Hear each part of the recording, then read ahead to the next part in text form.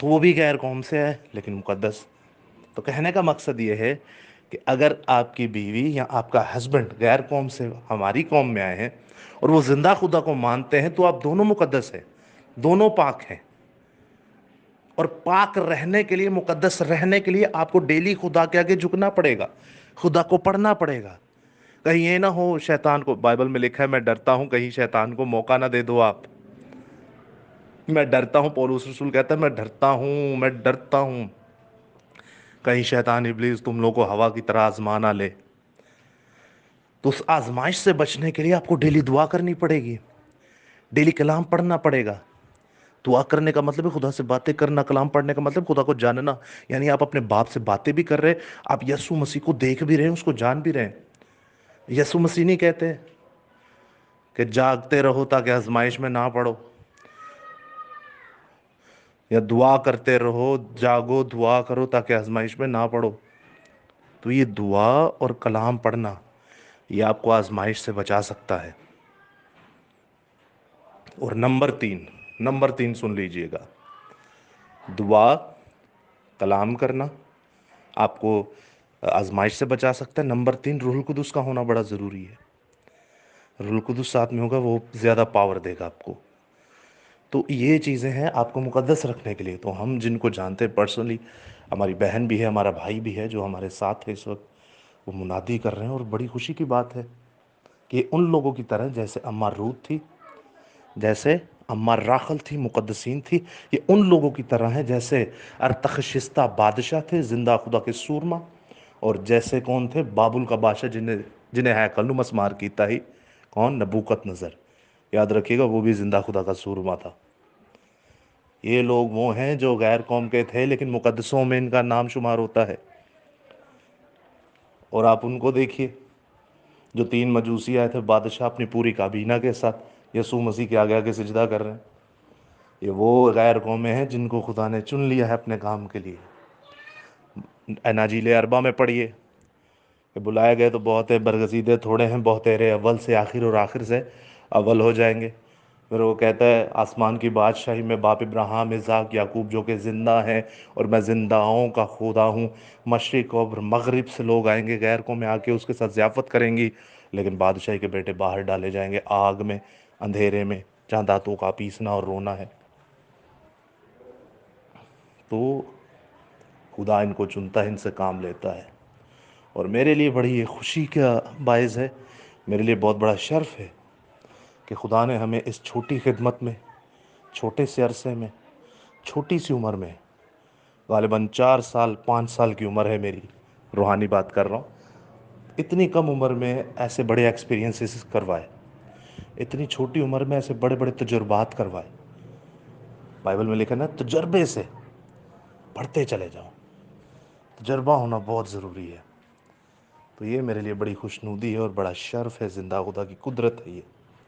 تو میں ایمان رکھتا ہوں کہ یہ دونوں جو جوڑے ہیں یہ زندہ خدا کے ساتھ چلتے ہیں. اور میں ان سے ایک وارننگ بھی ان کو دوں گا کہ اگر آپ نے زندہ خدا کے ساتھ چلتے رہنا ہے تو آپ کو ڈیلی بائبل, ڈیلی دعا, کئی کئی گھنٹوں خدا کے ساتھ رہ کر, روح القدس میں ہو کر کرنی پڑے گی. جی, تو اب آ جاتے ہیں دوسری طرف کہ جو ہماری بہنیں چلی جاتی ہیں, ہمارے بھائی چلے جاتے ہیں, یہ بہت بڑا گناہ ہے دوستو.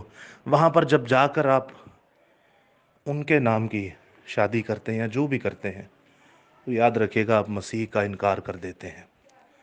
آپ مسیح کا کیا کر دیتے ہیں, انکار کر دیتے ہیں. مت بھولا کریں مسیح کو, کیونکہ جو مسیح کا انکار کر دیتا ہے تو وہ تو پھر باپ کے سامنے اور فرشتوں کے سامنے آپ کا انکار کر دے گا. اب وہ جاتے کیوں ہیں, ساڈی کو کڑی جائے تو انہوں کٹ کٹ کٹ کٹ. میں بھی جانتا ہوں ایسے لوگوں کو, میرے بھی ساتھ ایکسپیرینس ہو چکا ہے, آپ لوگ بھی جانتے ہوں گے, آپ لوگوں کے ساتھ بھی ایکسپیرینس ہو چکا ہے. ہم علاقوں میں بھی جانتے ہیں, ہم علاقوں میں بھی یہ ایکسپیرینس کو جھیل چکے ہیں. مطلب ہم اپنے کرائٹیریا میں یہ دیکھتے رہتے ہیں, ہوتا رہتا ہے کہ ہماری زیادہ تر مسیحی بیٹیاں چلی جاتی ہیں. چلی کیوں جاتی ہیں, جدو چلی جائے تہی پچھو ہو رہے انج کرنے کہ جی پتہ نہیں یہی کنی کوری فکر کرنے سا, یا کنا کو اسی انہوں اور تحفظ کیتا, ٹکے دا تحفظ نہیں کیتا ہوں. آپ نے کبھی اپنی بہن کو کلام سنایا ہے؟